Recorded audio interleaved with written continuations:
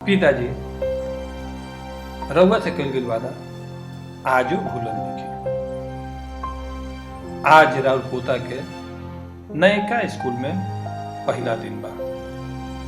रउआ अनुसार हम एकरा के एगो बहुत ही अच्छा स्कूल में दाखिला करेले बानी।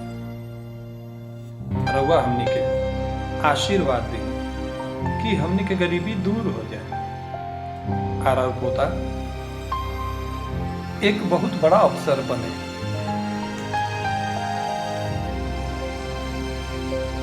आओ अपन दादाजी के आशीर्वाद लो।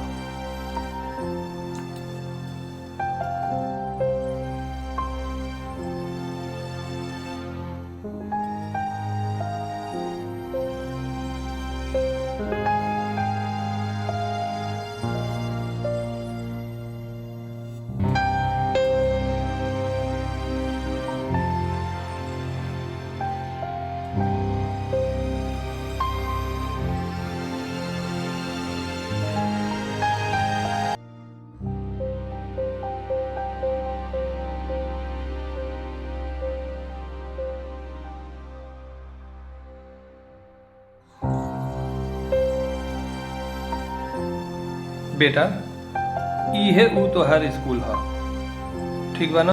जाके आपन क्लास में बैठी हो आ केहू से झगड़ा मत करी हो, ठीक बा ना?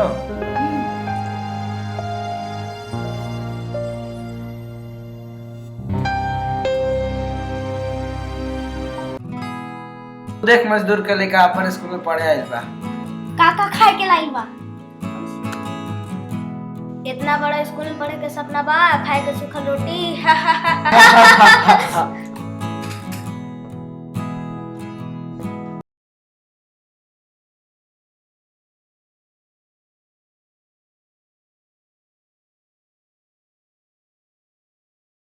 सावित्री, सावित्री, सावित्री!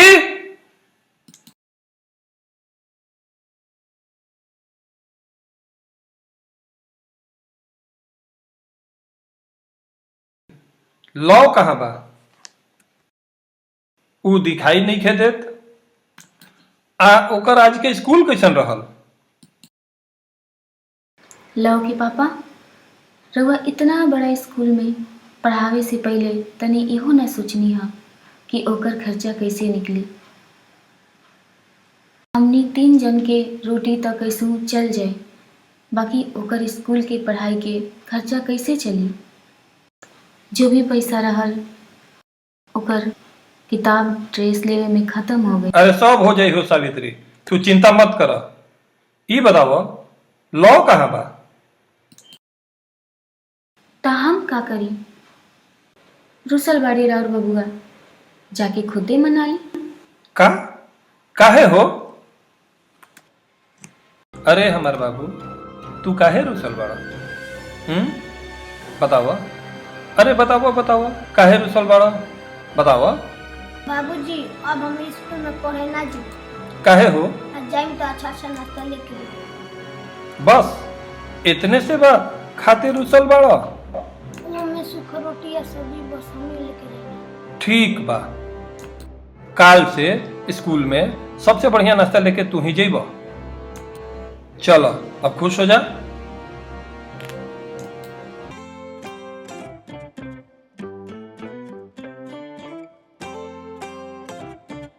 ये देख मजदूर के लेकर आवता। आवे दो ओकरा के आज ललचा के खाइल जाई।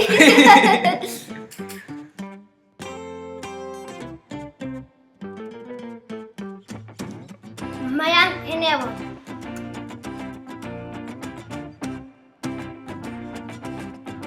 हई ल तू हूँ ल आवा तू हूँ ल।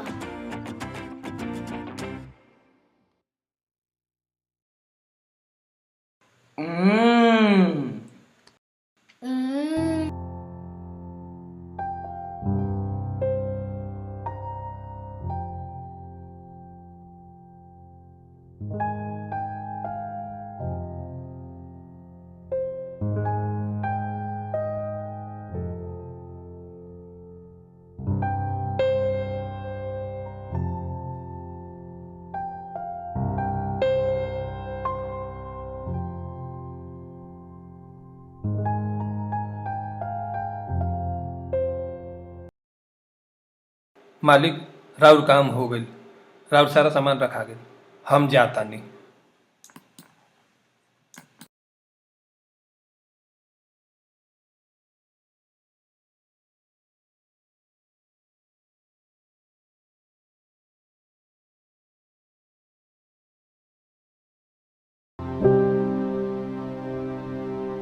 बाबूजी, हम राउर सपना अब जरूर पूरा करब। राउर पोता के पढ़ा लिखा के बड़ा अफसर जरूर बनाई।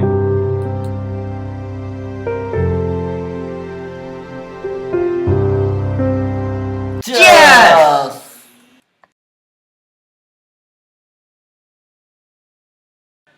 अरे भाई, हाँ भाई। सिगरेटवा कहाँ बा? हमारा भी इल्ला। ये बोल रहा है भाई।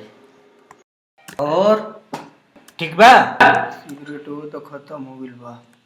सब ठीक है ठाक। मजा बा।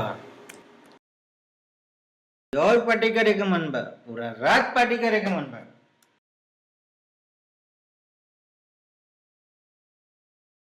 अरे वो देख, वो मुर्गा चल के आवता।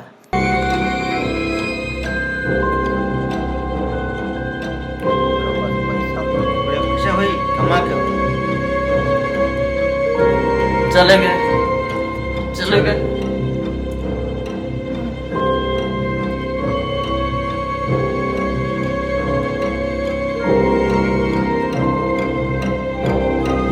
अरे कहाँ से आवत रे?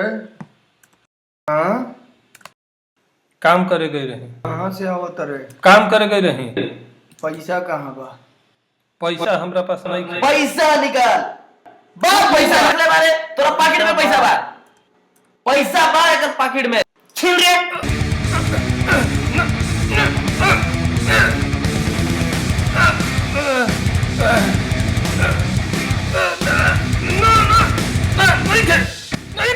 पैसा मिल गए साला।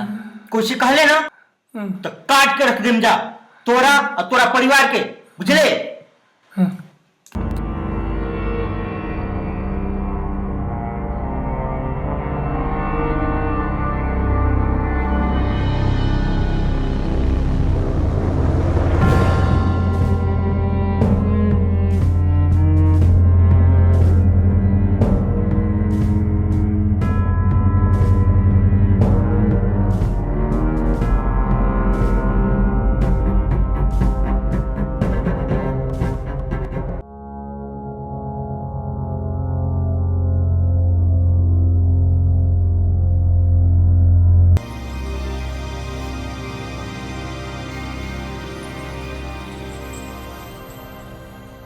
का बात भलो के पापा, रघुआ इतना उदास काहे बानी? कुछ बोलत नहीं की? अरे ऊ काम के थकावट के वजह से तोरा ऐसा लागता, बाकी सब ठीक बा।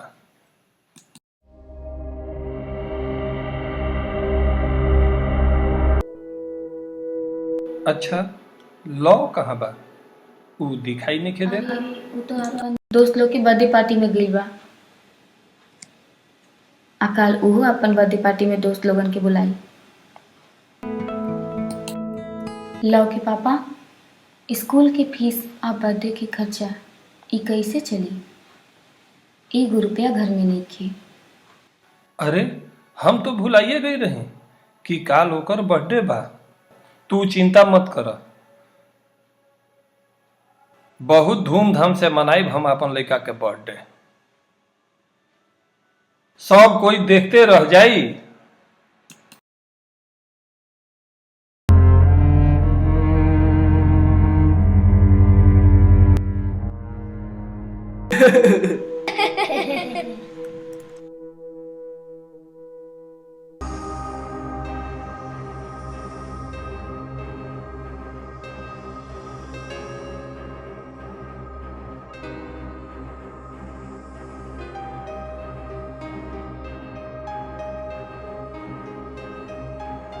ले पे, मजा आई।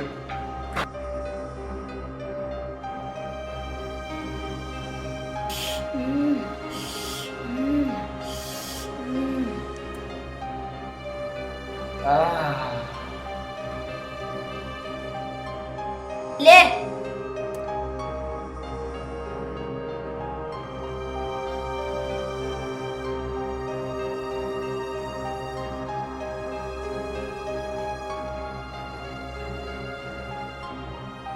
मजा आ गई। मजा आ गई।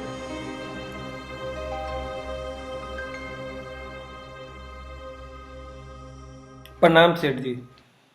प्रणाम। आज कोई काम बा का? ना आज कोनो काम नहीं है।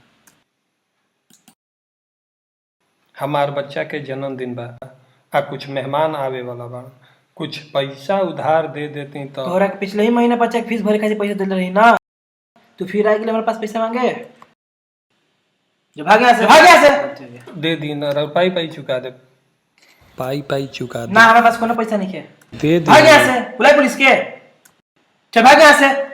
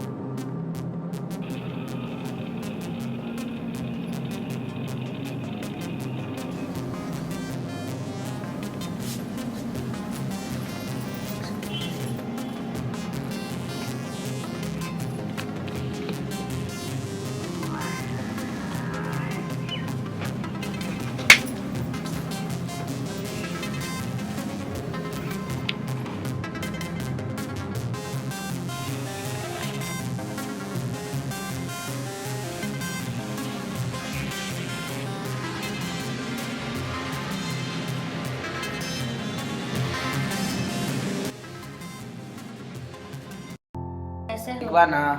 हाँ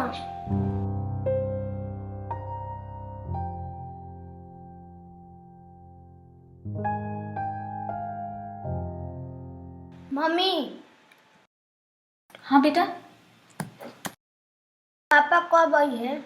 मैं सब मेहमान आवे लगले, पापा अभी केक के सामान लेके ना आइले। अरे बेटा, तोहार पापा आते हुए हैं, थोड़ा और इंतजार कर लो। मैं सब केहू चली तब केक कटाई। अरे ना ना ना बेटा, आते हुए हैं, ठीक।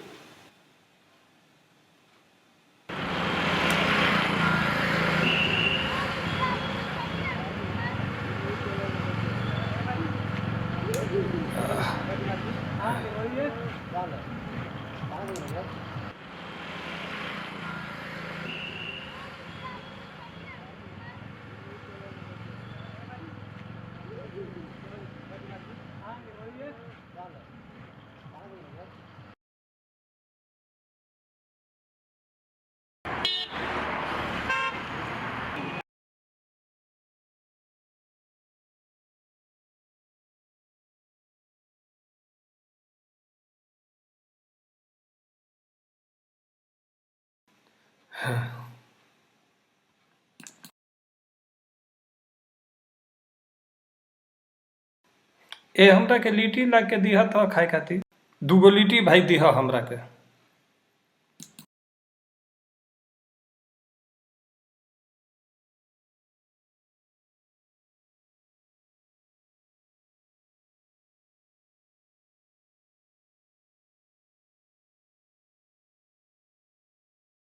अरे ना ना, हम लिट्टी कैसे खा सकेला? आज हमारे बच्चा के बर्थडे बा, वहाँ मेहमान आयल हुई हैं आ घरे कोई सामान भी नहीं है। हमरा जल्द से जल्द सामान लेके घरे पहुँचे के पड़ी। हम जल्द से जल्द घरे पहुँचब आ हमरा पास बस इतने ही रुपया बा।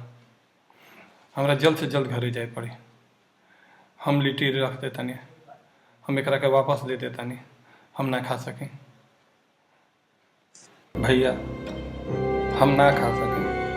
भैया अपन ले ली। काहे भाई? रउआ रख ली, काहे के ना रहो तो काहे के लेला? हमरा के माफ कर दी।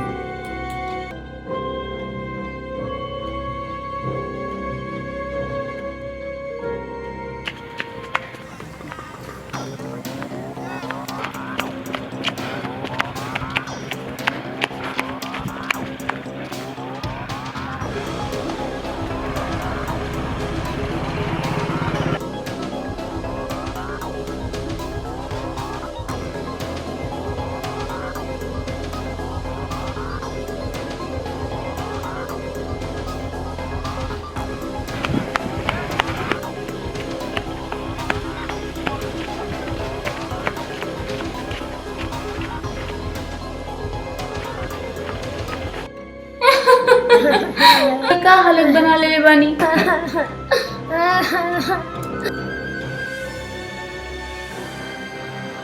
बाबूजी बाबूजी का बोल बाबूजी।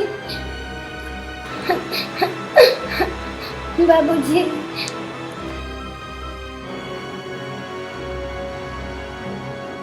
बाबूजी बाबूजी का बोल बाबूजी। उठी ना बाबूजी का बोल बाबूजी। रवई का हालत बना ले बानी। अपन बेटा के पढ़ा खातिर ई का कहनी।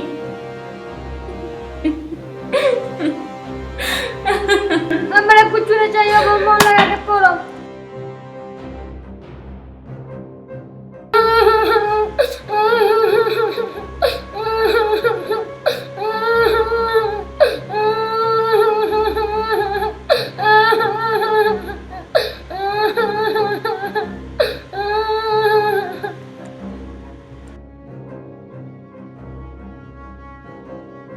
बाबूजी हमारा को माफ कर दे, हमारे को पूछना चाहिए, हम अब मन लगा के पढ़ो। अरे ना रे पगला, तोहरा चलते ना आज सुबह से हम खाली पेटे काम करत हुए, यही वजह से।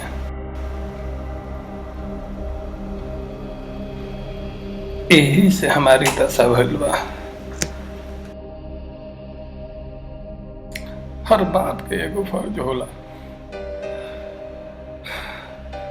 पूरा परिवार के पालन पोषण करे के, चाहे वो खुद तो भूखा रह जाए लेकिन अपन परिवार के भूखा ना रख सके। ना बाबूजी अब हमारा के कुछ ना चाहिए, हम अब मन लगा के पढ़ाई कर। हाँ जी, तो पहले ठीक हो जाए।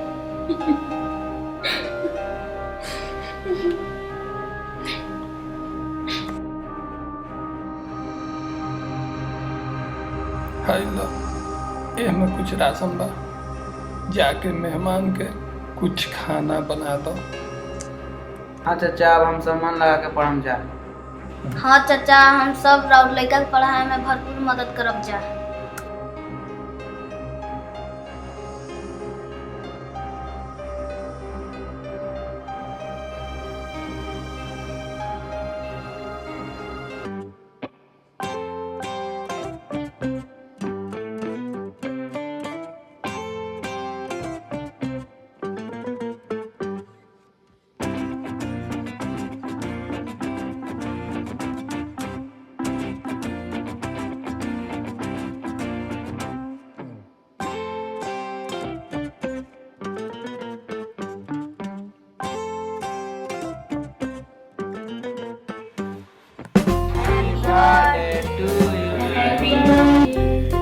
you